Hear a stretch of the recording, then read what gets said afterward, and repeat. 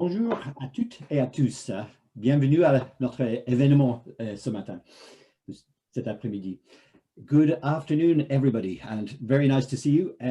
Welcome to the France-Ireland Chamber of Commerce's ICT Working Group's webinar on and digital event on the conversation around digital transformation.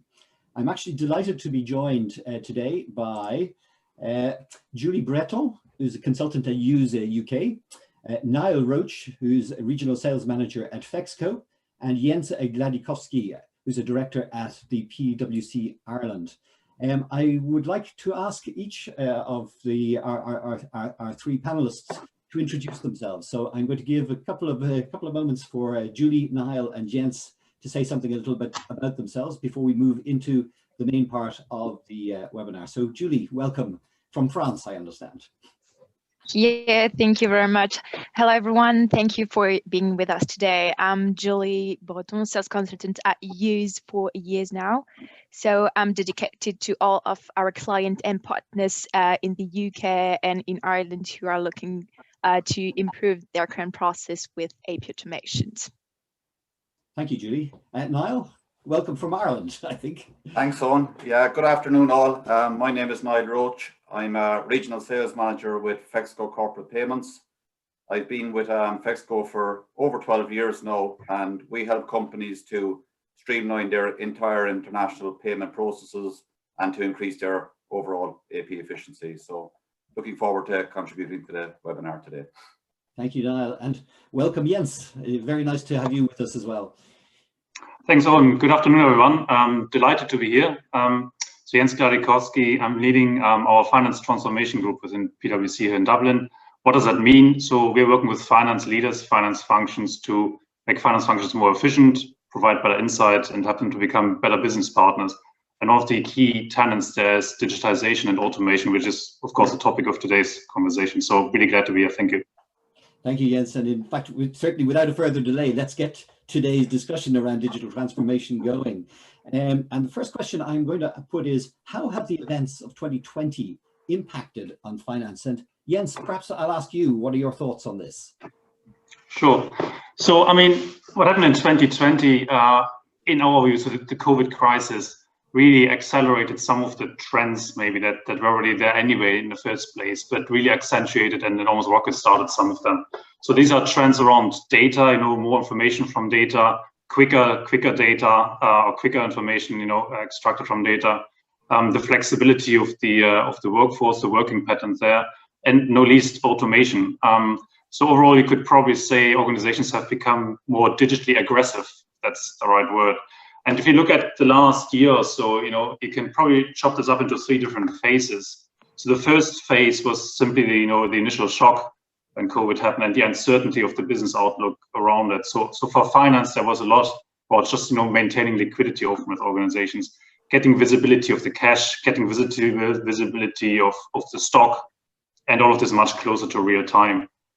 Cost out was one of the initial thoughts for many organizations as well, just to be able to, show up their business whilst revenues were often dropping in many organizations, and costs needed to be managed. And in parallel with that, you had a shortening of the planning cycle. So planning cycles typically taking months, or weeks, they were reduced to days, at times. And what turned out is a lot of the systems and processes that organizations had in place weren't really fit for that sort of level of agility and that level of responsiveness. So, initial companies struggled quite a bit with that, and there was a lot of ad hoc work and scrambling going on. But then we entered the second phase towards the middle of the year, where basically businesses started to adapt and start to put some new processes into place and some new systems at times. So, for example, the adjustments that we all had to make around remote working, that obviously required a bit of infrastructure to be put in place as well on the IT side. So that actually happened fairly quickly for a lot of organizations, and a lot of organizations surprised themselves of how well it actually went and how much is actually possible in terms of remote working. So distributed business capabilities, location independence, remote first, all these themes came through, and that also fueled the move to cloud-based solutions, because organizations who might have been a bit hesitant maybe about that in the first place, all of a sudden became clear, look, you don't actually have to be in the same place. And why should your systems be in the same place as you are? There's no need for that. So people start to understand that. And in parallel, other changes happen. So things like contactless payment, new distribution channels like online deliveries, but also things like behavioral event processing. So take, for instance, temperature sensing. So stuff that basically gets triggered by human behaviors and in turn generates data again. So one of the key themes of that second phase was, all of a sudden we saw even more data coming in, and a lot of that was machine generated. So by one estimate, we have about 40% or so of all data are machine generated these days. And for the back office, for finance, often, the second phase was around, small scale automation, visualization, helping with a few pain points, and just making finance a bit more agile. And now we're entering almost like a third phase, which is about, okay, the recovery phase and exploring new opportunities. And I mean, at PwC, we do a lot of surveys, and one of the surveys where CFOs responded told us for recovery, about 63% or so think that product and service innovation is the most important element of that. So I think as we are coming out of this crisis, there's actually almost a thirst for breaking out, developing the business. If you look at e-commerce, for example, e-commerce has by some estimate accelerated by about 4 to 6 years just in the last year alone as a result of COVID. That is obviously a trend that will stay. Again, direct to customer, online learning, mobile marketing, all of these sort of new revenue streams people have started to explore and to use. One thing to say about that is, of course, there's opportunity, there's also risk. And if you look at online, the dark sector of e-commerce has also grown, fraud, cybercrime, etc. And I think we hear a little bit about that later. But finance, I'd say, about the most important questions to answer now, what's the capital investment strategy for 2021, 2022? So where do you want to put your chips, to maximize revenue, to accelerate growth and leave the competition behind, I guess. So the upshot of all of this is new work patterns have emerged that will remain. Some of those trends around data, etc., they are here to stay. They've been accelerated. There's a bit of new impetus behind companies, and finance basically has to step up and step in to support and guide the businesses and all of that, and help them to become a better business partner. Oh, thank you, Jens. And it actually does make me curious to ask, why will digital transformation be key in 2021, and why should the CFO be leading the digital transformation? Maybe a question I can put to Niall, actually, I think. Yeah, thanks, Eoin. I think as Jens has outlined there, I guess some of the challenges of 2020 have really just accelerated the need for companies to focus on their digital transformation journey. And for me, I think there's probably 3 primary reasons why it'll be such a key focus in 2021 and why the CFO will need to lead it. And I think the first one is simply as a result of the whole economic instability as a result of the pandemic. I think it's forcing companies to look very closely at their cost base. They need to I guess, ensure that their processes are optimized and automated. But I guess that their staff are contributing much more to value add activity. I think that's particularly probably important in the finance function. Finance staff can be very much immersed in manual tasks, whether that's reconciliation or keying up invoices or keying up payments, that very often they just don't have the time to focus on the more value add items. But I think with the CFO leading the change in the finance function, I guess the finance function can very much concentrate on becoming really effective partners to the wider business. So I think that's the first reason why it will accelerate.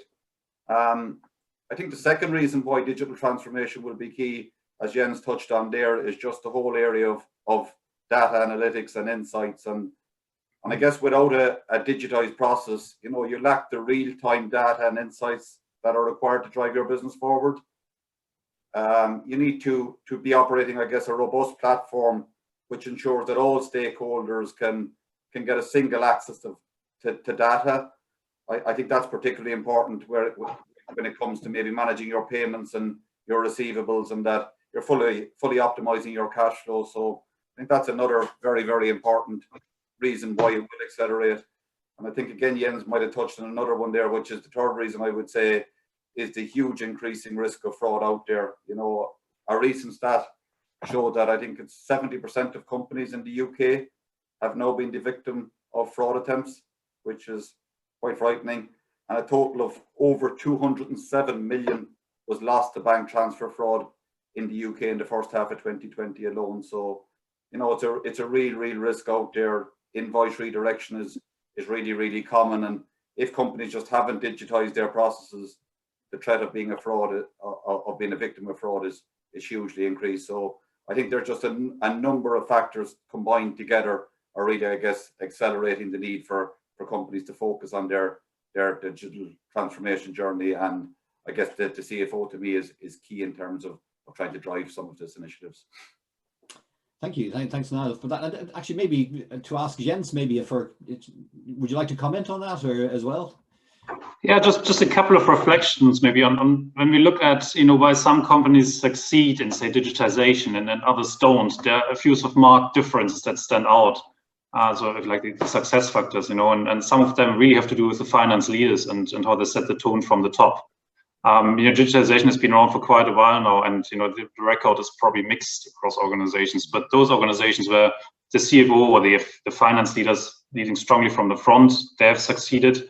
It is absolutely imperative to put the people at the center of the whole strategy there. I mean, the whole upskilling, you know, you can't really do it, you know, without people. That's maybe obvious, but just in terms of the culture of an organization, you know, it is so important to make this clear to people. Here's the digital future, and here's your place within that. And the third point might be around, okay, just in terms of mandating change.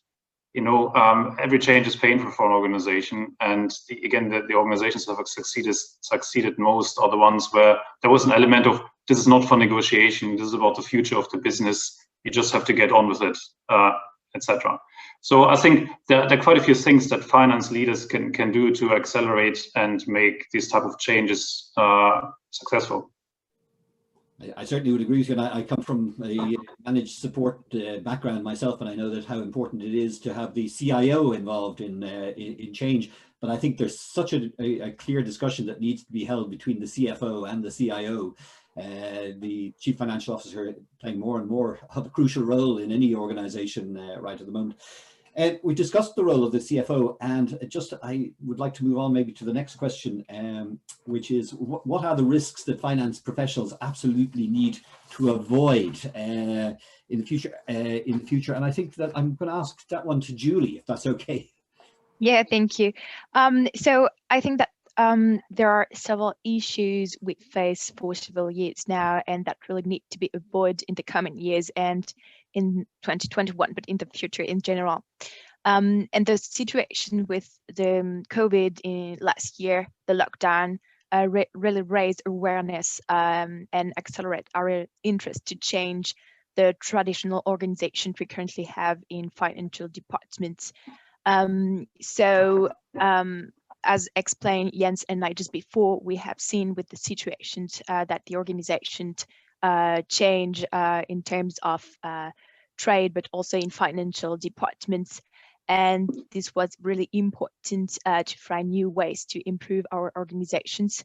And one key point we should avoid, I think, in 2021 is to keep manual organizations and having a complete manual process, because it's really not efficient enough for any financial professional or any financial department. Because having a manual system can take a lot of days, even weeks, to deal with your process, to deal with the payment of your transactions.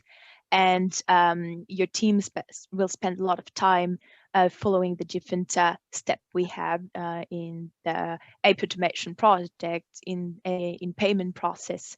And you have, with a manual process, you don't already have a direct connection with the different tasks, and it can contribute to your cost of operations, as you will have to spend longer working hours instead of focusing just on the task and the work that needs your value added. So it's very time consuming and costly for a company, I think, to keep with complete manual process. A second point, I think also, which would be interesting to avoid in 2021 is the traceability, having a lack of traceability if you keep a manual process. Because sometimes you don't have all the information necessary for your report for the forecast. You don't have a clear visibility of your entire activity process, and it will be for you difficult to lead correctly financial statement decisions because you won't have enough information to support decision making, and you don't have a true and fair view of your organizations. So this is really a key issue, I think, that we should avoid in 2021, because it can have really important consequences in decision making. And having a lack of visibility can clearly lead to bad decision in the end, without even if knowing it. And it will also generate additional costs in the futures for your organizations. So yeah, I think it's two main points very important to avoid in 2021, to have a better systems, less risk, and yeah. What do you think, Niall, about this point? Yeah, Julie, I think I'd very much align with your thought process there. I think the manual work as a whole just needs to be automated. I think for me particularly, I think just the manual payment process, it simply just needs to be avoided. You know, it's nearly inevitable that there will be errors or delayed payments or failed payments, or probably even worse, duplicate payments if you have a manual payment process in place. Naturally enough, there's probably the initial cost there in terms of the AP team trying to resolve the issue. But often more importantly, there's a bigger financial cost and quite a significant reputational risk when payments go wrong. So that's one I think that's really, really important to address. I saw a recent survey by Acuity where I think it was 81% acknowledged that payment inaccuracy in particular has a direct effect on their success and growth. So I think that's just another one, Julie, that has to be definitely avoided at all costs, like, you know. Mm-hmm. Thank you very much, Niall and Julie, for that. And just before I proceed on to the next question, just to say to panelists or to participants in this, as I should have done at the start, and my apologies for that, there is a possibility to ask questions. So please do feel free to submit any questions that you have to any of the panelists here. Just by going in on the chat or going in on the questions and answers and putting the questions. What we'll do is we'll try to deal with all of the questions at the end. We're hoping to finish up around about 1 o'clock, but we would be very happy after the end of the presentation here to go through any of the questions that you might like to pose. So please, anybody participating in this, please feel free to ask those questions. Just to proceed on maybe to the next question. Thank you. Basically, what could be an easy way of preventing those risks, the risks that finance professionals need to avoid? And I'm going to put that one to Niall, I think, actually. What would Niall like to comment? Yeah, for sure, Eoin. Yeah, I guess for me, Eoin, it's really important that people use solutions which first of all have a robust inbuilt validation tool in place. You know, getting the payment for me validated up front is key to ensure that suppliers get paid on time and that you avoid the whole time consuming activity of correcting errors. So I think it's really important that you have a solution provider who has that in place. A second one, I think, is to have a solution that provides automated and visible workflow so that you can complete your payment process and that you avoid, I suppose, payments being held up in queues and the authorizer or the approver missing it, and which inevitably lead to late payments. So that's another one. I think to have segregation of duties inbuilt into the system is really important, that you can set authorization limits in line with the client's own internal procedures, again, just to protect the client from fraud or maybe large amount of payments going out without having the necessary controls inbuilt in the system. I think is really important. Another one is probably just to have flexible payment rate methods, you know, so to allow you pay your invoices and set your invoices and payments using, I guess, the most cost-effective payment rail to do so. And probably finally, I think Julie might have touched on it earlier, but probably to have a solution which has the full end-to-end visibility. So I guess that you'd know when your supplier payment has been processed and that you have the traceability around where the payment is in the chain, so that you can cut down on queries and work, I guess, really effectively with your suppliers. So I think them tools are really, really important to have them inbuilt in whatever solution provider you work with to prevent some of the risks that Julie outlined.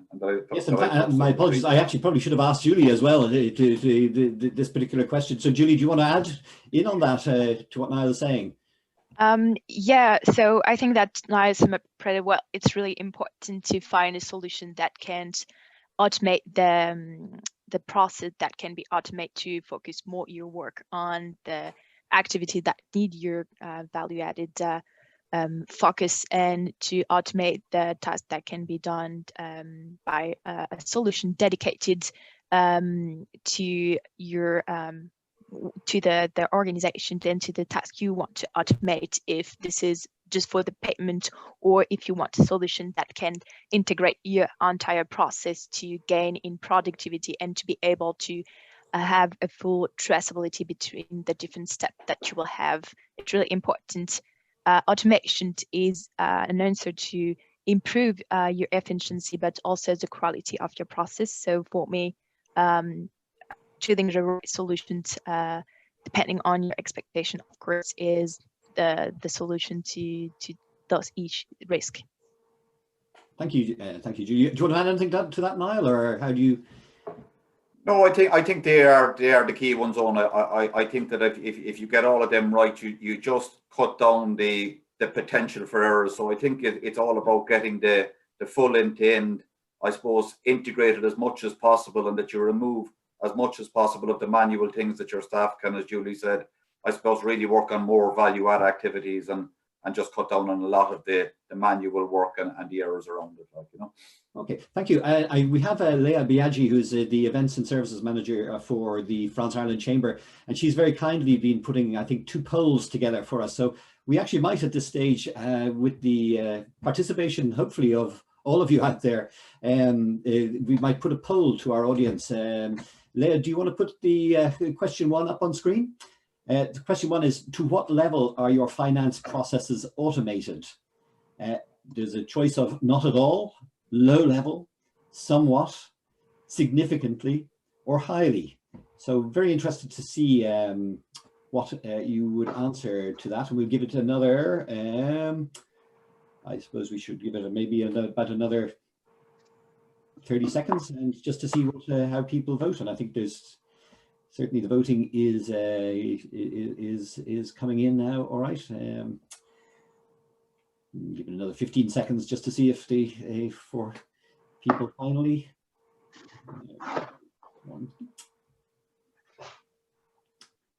And it looks like we certainly have an interesting response. So, to what level are your finance processes automated? 4% would say not at all. 15% would say low level. 46% would say somewhat. 31% would say significantly, and 4% who are in best of class, I suppose, would say highly. But I think there it's clear really that somewhat is probably the answer of the main people on this call.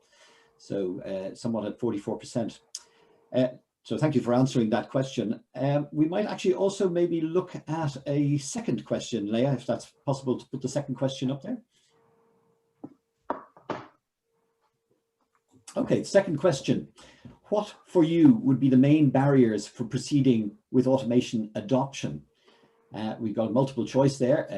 So main barriers for proceeding with automation adoption: either cost, lack of a viable use case, length of time to complete, difficulty getting buy-in from all stakeholders, security concerns, or a lack of capability either in IT and or the rest of the business. So if we can give you perhaps around about another 15, 20 seconds to tell us what your main barriers are, it would be great to know that. And I think at the moment we have a competing between a cost and a difficulty in getting the buy-in from all stakeholders, who seem to be in the lead, if that's the right word. But we'll give it another couple of seconds, and maybe close the poll in about 5 seconds, Leah, if you like. Okay, I think that poll is now closed. And actually, it's a close run thing actually on this one. Really, I suppose there are a number of different different reasons being shown. the outright sort of the main reason stated is the difficulty getting buy-in from all stakeholders. And I suppose it would be maybe interesting to have a comment from our panelists actually on the results of those two polls. Anybody see anything that is kind of that is ringing true or surprise? Julie, do you want to answer first of all, maybe? Yeah. I think that in the result is quite a mix about the different reasons, and this is really what we see with our different clients. That somewhat you don't know how to put in place AP automation because there are security concern, the cost also of this kind of solutions, but also that internally you are decided to put in place this kind of solution. So it's quite interesting to see that these different issues are not personal concern, but are shared with every organization, company. But we will, I think, discuss this just before. This different issue can be answered very easily by choosing the right solution, and we have different answer to this concern. So maybe before we get into that, actually, and before I ask Niall, maybe, and Jens to actually, also come in on this, I'll go forward if I can. Sorry, normally I can go to the next question, but I mean, lessons learned in automation and what to avoid. I think that poll maybe would also give Niall and Jens maybe some comments that they might like to make on the poll, and also in relation to the question about automation and what to avoid.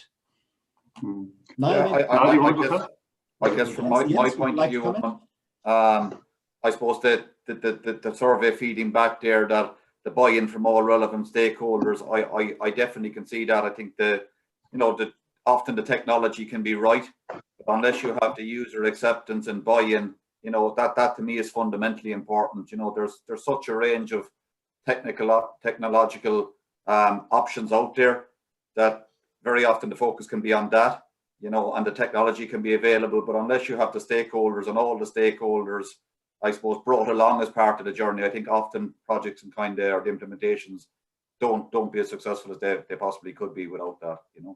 Jens, what do you think? In agreement? Poll surprises you or not? Or yeah, I mean, it's interesting. It doesn't totally surprise me, but it's interesting nonetheless. I mean, if you look at the first survey, the automation level, so clearly organizations throughout have made progress there. And if we had the same survey, if we had run that 2 years ago, I think the statistics would have been shifted further up. As organizations haven't done quite so much. So that clearly, a lot of effort has gone into that.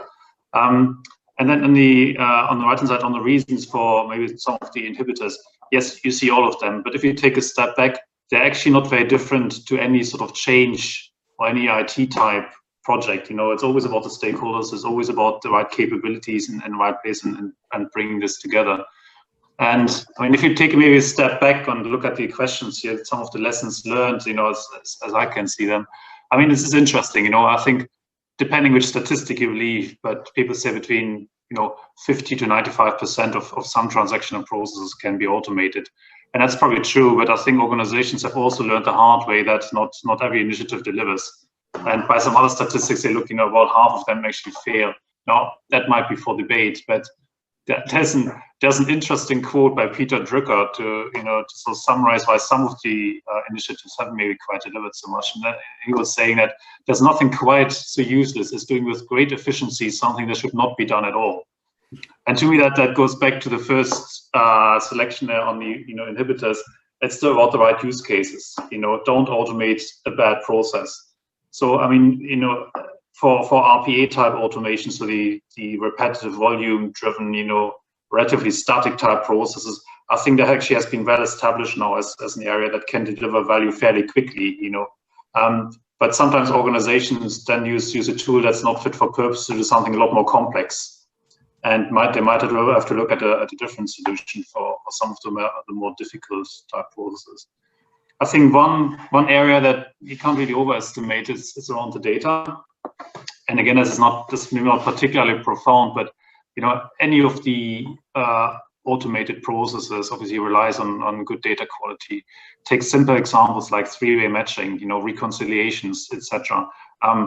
These things fall over if the data quality isn't there, and again, many organizations had to learn the hard way. And if you look at what the respondents have said in terms of the automation level, somewhat automated to some degree, higher degree, etc. Now, what many organizations have struggled with is the scaling up. So many organizations dip their toes in practically everybody I talk to, and they might go quickly to say 10, 15 type of use cases scale, and that works quite well, but then they often run out of road. So how do you scale up from there? And why can't you sort of create more value by automating other areas than maybe the more obvious ones around the transactional processes? And I think there's three reasons for that. So one is around process fragmentation. I mean, we talked about P2P a bit, and that's actually a good example because it clearly crosses procurement and finance, nothing else, And if organizations are siloed and don't really look at the process end to end, that is actually difficult then to automate and to scale and to come to process excellence. And Julie and I did make that point earlier. Sometimes you find a lack of IT readiness. So, I mean, I haven't met an IT function yet that isn't overloaded. So there can be a bit of a backlog and sometimes a bit of a wait as well before automations, get actually their shot in the priority order. So that can hold initiatives back a little bit. But then also sometimes there's just a lack of strategy. I mean, again, you can automate some things very quickly as a point solution, but you're not going to be able to scale up unless you really sort of think about this as an organizational enabler and how to bring this to all of the processes in the organization. So I think a lot of the good things that organizations try to achieve with automation, can work. No least the democratization and the enablement of the users, the citizen programmer, if you like, all of these good things that that will help the workforce. But there are some real things that you have to get right in order to be able to do that well. Yeah. Yes. Julie, lessons learned in automation and what to avoid. What do you think? Yeah. So considering what to avoid, I think that to choose the right solution for your organization, your projects, is first of all really important to understand your current needs, expectations, and your current organizations. So if you decide to put in place any automation solution, first of all, it's really key to analyze, first of all, your organizations, and then you will be able to choose the correct solutions. And concerning solutions, there are effectively a lot of solutions already that provide automations, and sometimes it can be a bit confusing because you don't know really what is the best solution for your organizations, for your issues, etc. So I think that, as we explained with Niall and Jens, the best solution would be the one that can help you with your different issues, and also a solution that will improve the whole traceability of your entire organizations, and not just one part of your process, because your organizations have different expectations. So if you have a good solution that can have a good integration with your entire organizations, this would be the main effective solution, I think. Okay, and which leads us maybe nicely into what might be the best solutions. But Niall, maybe you're from Fexco. What your opinion on what is being said about lessons learned and what to avoid? Anything before we go on? I think to me the key one on is really around the data, making sure that you have a decent baseline of what you're looking to achieve, and then I suppose doing proper due diligence, I suppose, on the return of investment. How much is it going to cost you to get there? And what are you looking for as your output after it? But I think, again, we're probably back to having a really good data baseline set, that you understand, I guess, what you're looking to automate, why you're trying to do it, and what ultimately your ultimate goal is on the back of it. So me, again, we're probably back to the data being key as one of the main drivers. Which I suppose actually leads us then how to choose the best solution. That's that's kind of a key question, because as I think has already been said, there are so many different solutions out there. It can be very difficult to choose the best one, and if you go down the road of choosing the wrong one, then it can lead you to a lot of expense and a lot of heartache, and maybe not a good result at the end of it. So maybe Julie, do you want to speak in relation to how to choose the best solution? Yep. So as we just explained a bit already, there are really a lot of put to take in considerations, and I will explain one which is for me really important in any decision making, is to choose a solution with a dedicated and specialized functional coverage. So if, for instance, you're looking to put in place API automation, it would be very important to focus your search on a solution specialized in document automation only, more than on an extra services from another system that can maybe provide a bit automations. But if you have a solution really dedicated only in document automations, is sure that the services provide will be much more with much more services and better, much more functionality also, and in the end, as this is their core businesses, better efficiency. Okay, thank you, Julie. And Niall, do you want to add anything from the Fexco point of view, or? Yeah, I think just generally, Eoin, I think it's really important to pick a partner who have really strong automation rates. So pick an industry partner, I suppose, who have proven high straight-through processing rates, and to me that's really important. Whether it's in terms of getting the bank data validated at source, as we've already kind of touched on, and I suppose the cost of failed payments.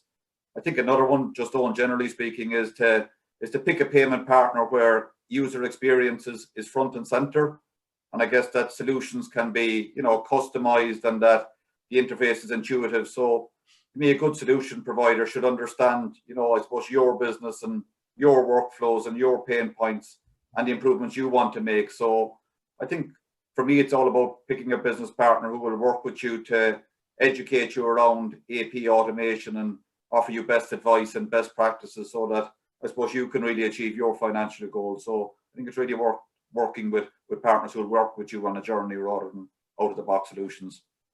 Okay.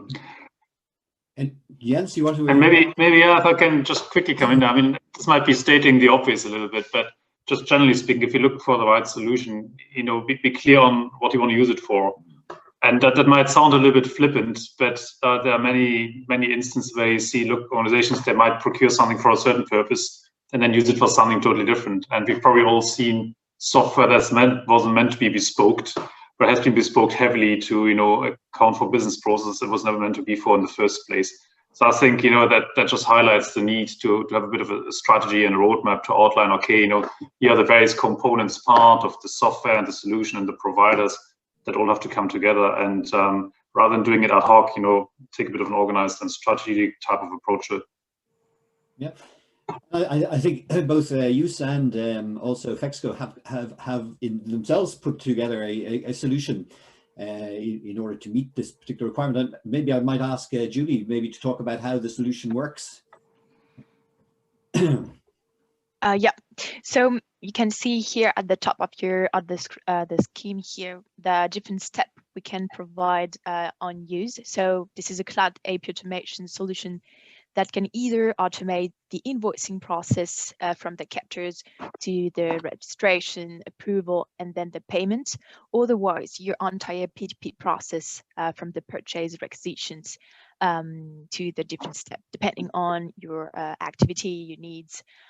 So we really want to provide a solution flexible and user-friendly to our clients, because every organization has its own expectations, depending on your size, depending on your sectors of activities and your current organizations. So the purchase module will enable you to create purchase requisitions, put in place a flexible approval workflow, send directly the POs to your supplier, do the good receipt. And then we have what we call the captures. So this is the different means we provide you natively on Yooz to integrate all the documents you want to integrate in the solution. So obviously the invoices, the PO, credit notes, but we can also integrate any other type of documents. So we provide different ways to automatically integrate those documents. If you receive the document on a specific email box, we can connect this email to your solutions or different email address, and automatically it will forward the document on the solution directly. We also have the possibility to import document with your smartphone, as we have a mobile app, so it can be useful for expenses, for instance. We also have the scan to mail, or scan and drag and drop the document directly on the solutions, because we still receive documents and invoices by post, so you would be able to also integrate them very easily, and you won't have to scan them one by one. We can, with the OCR technology, scan document on the batches, and automatically the solution will split the document for you. So the goal is really to provide different ways to automate, to integrate easily your different documents from any formats on the solutions. Then when they are integrated in the solutions, depending on the workflow, they will be sent to the correct person that need to register the document. So it's at this stage that we have AI technology and OCR that will enable to extract the information directly on the documents, wherever they are on the documents, to extract the PO number, to extract the different amounts, the supplier information, bank detail, every information necessary for the accounting entries of your document.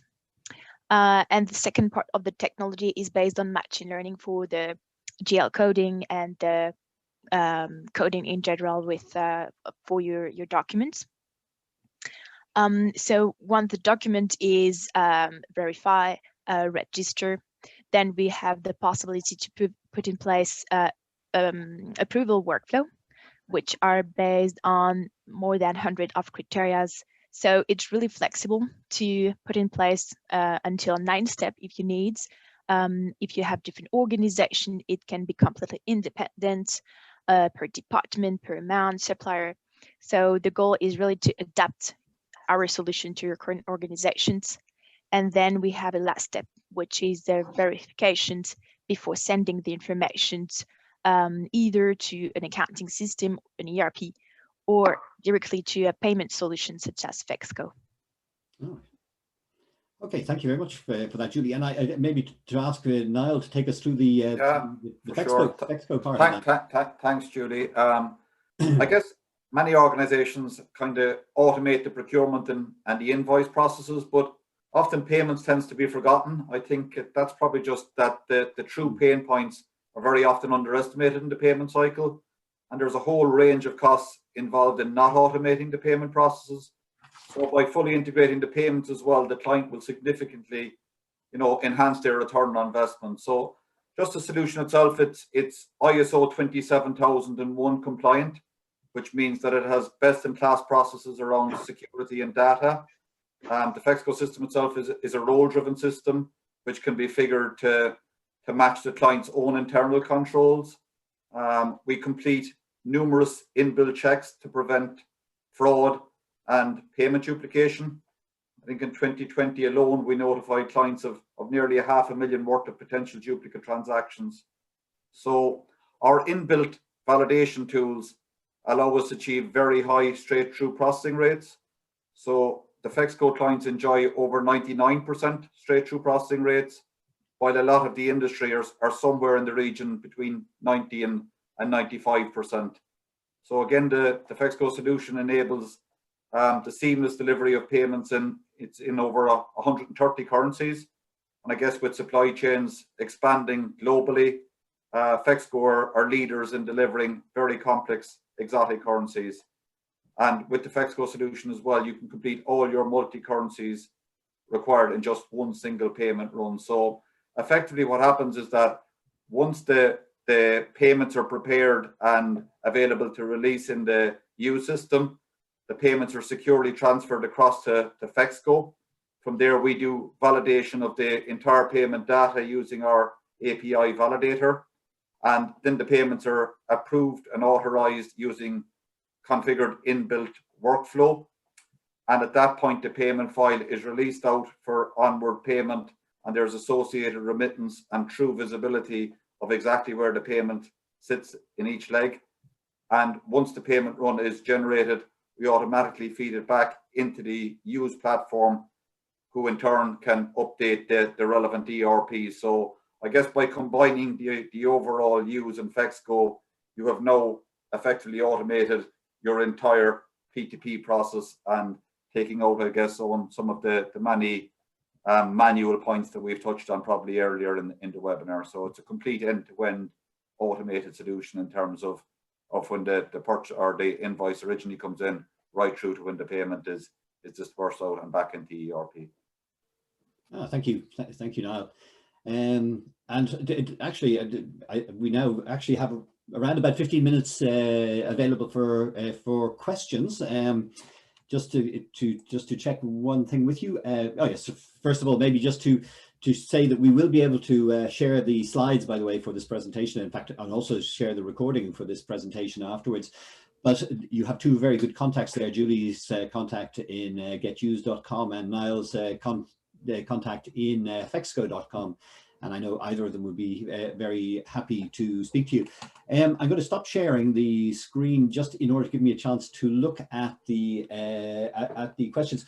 Certainly from, I'd like to welcome actually, one of the participants on this call is the actual chairperson of this working group, who is Matthew Gorge, who's the CEO of VigiTrust. I act as his deputy chair, and I'm delighted to see he's on the call today. And he has talked. He has put a question in from a security and compliance perspective. What should organisations look for in a payment provider to have peace of mind? Is PCI compliance good enough? So maybe I'll put that to whoever might like to field that question. Yeah, I'll take that one on. Yeah, it's really important when you're using a payment provider that that they're a well-established payment provider. Fexco have been established since 1981, and we've been providing payments since 1996. We're fully regulated, and it's really important that we're fully regulated by the central bank here in Ireland, but by the FCA as well in the UK, and we have regulation throughout Europe. But it's really important when you're dealing with client funds, that you're dealing with a regulated institution, and that clients feel secure and safe that they're dealing with, a fully regulated, transparent company, I guess. So it's a really good question, and it's really important that you're working with a proven partner, I guess, because you are dealing with quite, thank you, Niall, can often be quite substantial amounts of money, Sure. And actually, another question which has come in on the question and answers is how much time is required to set up an AP automation solution or payment solution? Julie, would you like to maybe take that one? Yeah. So concerning the implementation of projects, first of all, it will depend about the complexity of your projects and also the kind of solution that you will decide to choose. So if you decided to choose, for instance, a cloud solution, usually it's more faster than an on-premise solution, and also it's also interesting because you will have the update of integrated in your solutions. If I want to take the example of a project in Yooz with the entire solutions set up by our project team, the connection with your different system, ERP, payment solutions, or any solution that you want to connect with our solution, with your P2P solutions, and the training, also the audits, we have around 3 months in the implementations, the overall implementations. So it's quite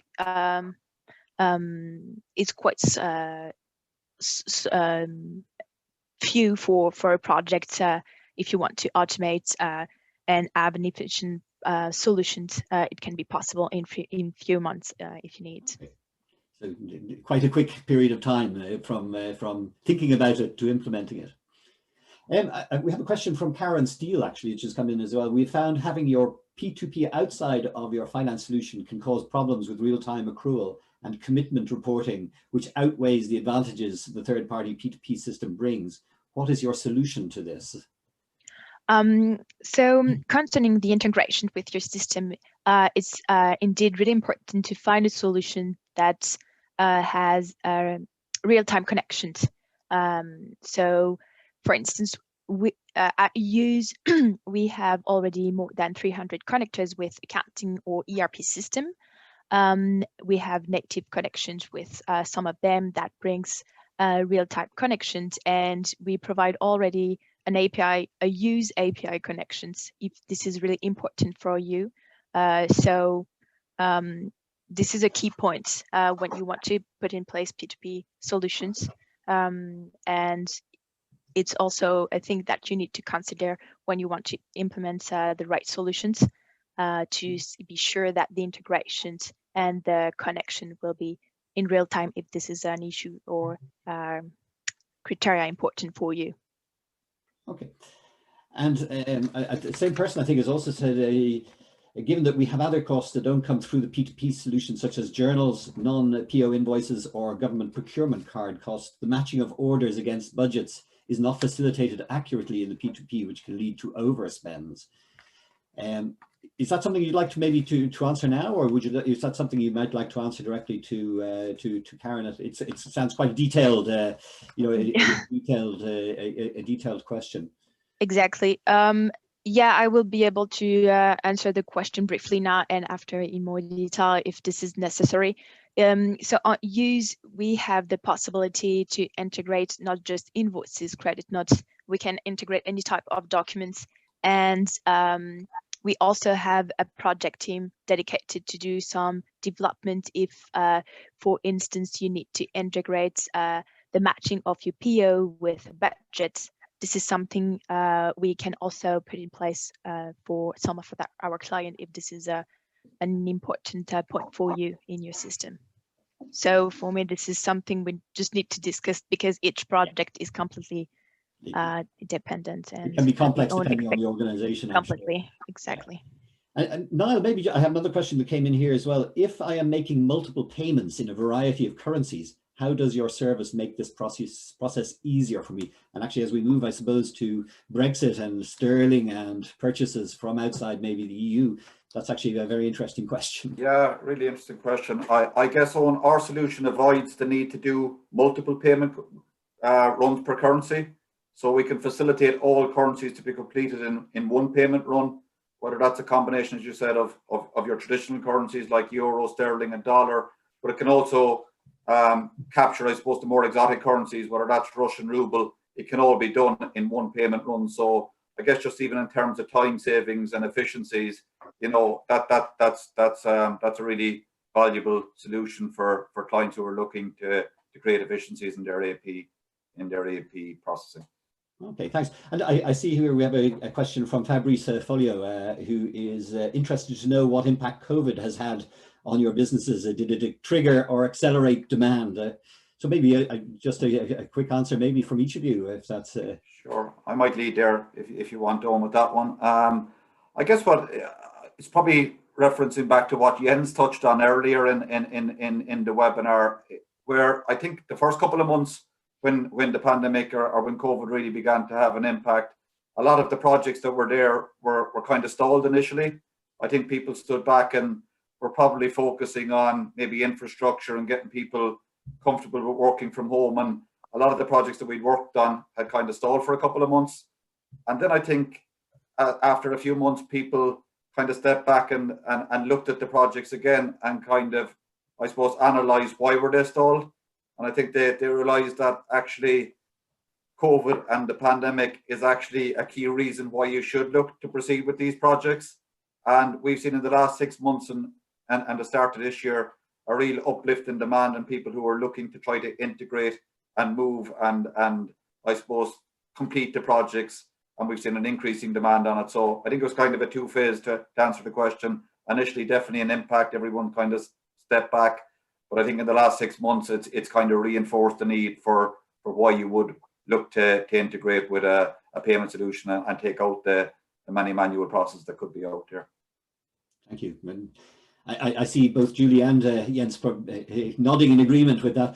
What I might do is actually, because we're coming closer to 1 o'clock, what I might do is maybe just ask you maybe for, you know, if each of you for a minute's comment on, you know, on what's gone before, and you know, main takeaway that you'd like people who are participating in this event to take away with them. maybe again, could I start with Jens maybe on that? Yeah, sure. I mean, look, I mean, hopefully the audience got a bit of a flavor for, if the bigger picture with regards to digitalization, automation, and then obviously some great examples here from Niall and from Julie, what actually can be done in practice. I mean, this is very much mainstream. This is nothing particularly sort of, forgive me, but nothing sort of cutting edge really, in the sense that a lot of organizations are looking into this and are doing it. I think the difference between people who respond well and do well this year and that others maybe don't do so well is just the amount of agility that they can show within their operations, and the amount of, I would call it, operational readiness to accept change and to implement change quickly. I think that will be the main differentiator this year, and we've seen a couple of great examples today of what that could mean in practice.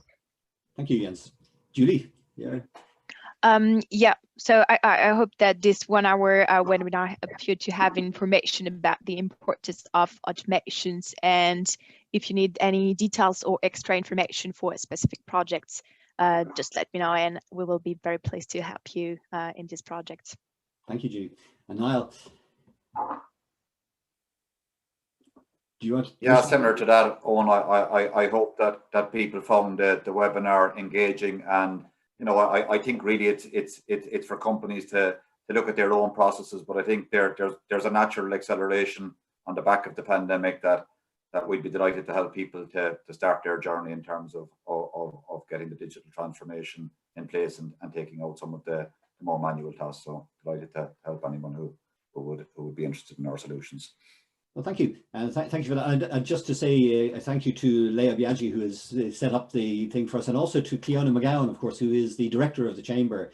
All of the people speaking on this, Niall from Fexco, Julie from Yooz, and Jens from PwC, you're all valued members of the France Ireland Chamber. So there is a very good opportunity, I think, for our members to talk with other members about the solutions offered. And one of the reasons we put this ICT working group webinar together was that we really do like not only to offer the membership of the France Ireland Chamber a chance to think about what needs to be done in digital transformation, but we also like to be able to showcase a solution from our members, which will actually help them to do exactly what they need to do. And the automation, digital transformation is such an important subject at the moment.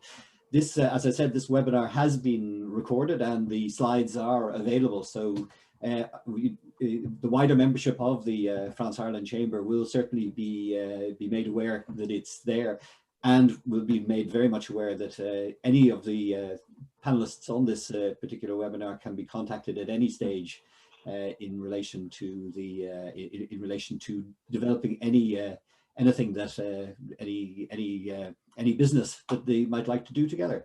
So I think on that note, actually, as I said, we just coming up to 1 o'clock. I see I thank you from Cleona, the director, to the speakers, which I would really like to echo. It's actually been a pleasure to talk with you this morning. Just wish we could do it sometimes in person, but as we are working virtually at the moment, it's a pleasure to talk to you. And at some stage, we hope again maybe to reassemble this group in an in-person event at some stage in the future. So thank you very much for all the work that you put together. And I know from Deepansh also from Yooz was also helped us to put the webinar together. So thanks to everybody. Thanks to Leah, and have a great afternoon.